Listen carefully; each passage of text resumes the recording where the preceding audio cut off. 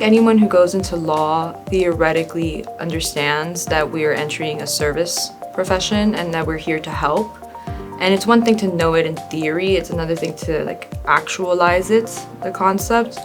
And so when I've been here, my mentoring attorney has been so great at actually having me involved in the cases and being involved with the strategy and the decisions that go into all the motions and papers that get filed with the court or the settlement negotiations that happen outside of the court. And that idea that everything that we do, whether it's big or small, has a real life, real world impact on someone else.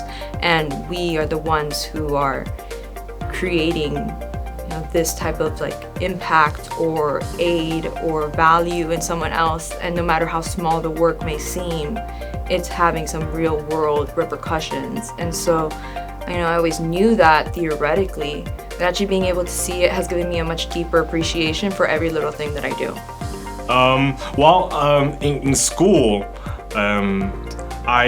one of my favorite subject is bankruptcy and secure transactions. And here we do a lot of stuff that's related to secure transactions because we represent a lot of financial institutions, credit unions, banks, and we help them with debt collections and collateral recoveries. And at school, because the ultimate test is an exam, and the exam is in the format of a crazy hypothetical story, and you want to apply everything possible, and it's more like a game of chess. But here, things are more down to earth, but you have to be more technical because you really have to adhere to every rule that is required by the statutes. And if you miss a rule, the court will just deny your motions. So you really have to be careful and technical rather than being super creative. I think I thought I knew how to write motions and things that were filed with the court, but in law school, a lot of times your legal writing is you spend so much time working on a single work product, and it's very different at a firm, and you're doing many things. You're doing them more quickly, and you're spending less time on each individual thing. You're also thinking more strategically, things are just less clear-cut, more creatively. So I think that learning how to write legally in practice rather than in theory has been an aha moment for me.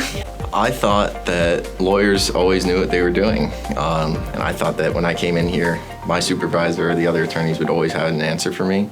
But a lot of the work you do most of the time is trying to help your supervisor or other attorneys figure out what the answer is. And so it's interesting, there's just so much in the world of law. Nobody can know everything.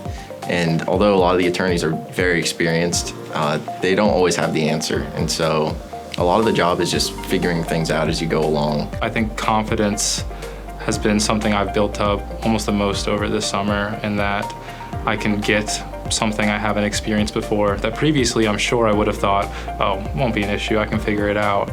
But once you get something for the first time and really don't know what you're doing, and that kind of, I don't want to say agony, but that fear sets in where you're sitting there and you go, oh, I really don't know what I'm doing. How do I move forward? Understanding that it just is about moving forward and getting it done, and that you can do it, I think that's been super valuable.